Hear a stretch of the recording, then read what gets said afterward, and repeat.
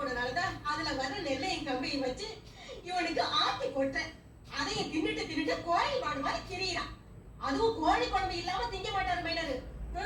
இவன் பொறக்கெடுக்கிறதுக்காக போகாத கோயில் இல்ல, சுத்தாத அரசு முறை இல்ல. அப்படி எல்லாம் போய் இந்த ஒத்தையை பெத்த, அதுவும் நத்தையா வந்து பிறந்து தொலைஞ்சிருக்கு. இவனை 10 மாசம் சுமந்து கஷ்டப்பட்டு பெத்த இந்த வயித்தை பிறந்தையை கொண்டே அடிச்சுக்கணும். என்ன என்ன பெரிய 10 மாசம் கஷ்டப்பட்டேன்.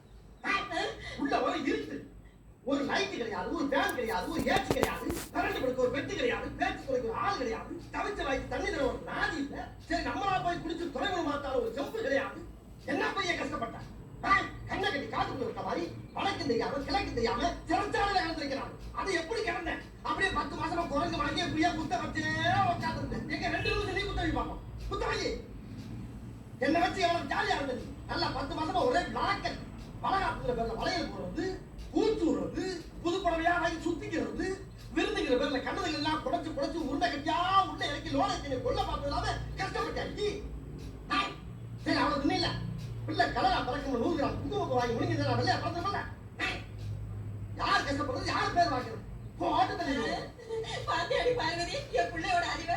இந்த உலகத்துல மக்க மனுஷன் தோண்ட காலத்துல இருந்து இப்படி ஒரு விளக்கத்தை யாரா சொல்லியிருக்காங்களா? இல்ல யாருக்காலும் தோணி இருக்குமா? இவ்வளவு சிந்திச்சுக்கிட்டாலே இந்த பயமுள்ள இந்த வயசுல கடந்திருக்கா.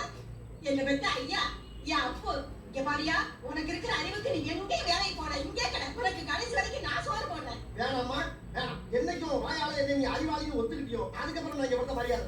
நான் இப்பயே மெட்ராஸ் போய் இந்த அறிவை யூஸ் பண்ணி நிறைய பணம் சம்பாதிச்சு ஒரு மணியில விட்டு அள்ளிட்டேன். மெட்ராஸ்னா போற? ஐயோ நீ அங்க போய் கஷ்டப்படக்கூடாது. இந்த இதுல 5000 ரூபாய் இருக்கு வச்சுக்க. 10 நேரம் சொல்லி எடுப்பு. வேணாம்மா, நான் அந்த போடாங்கிற மாதிரி ஒரு 5000 ரூபாய் கடை கட்டிட்டேன். அதை வாங்கி நான்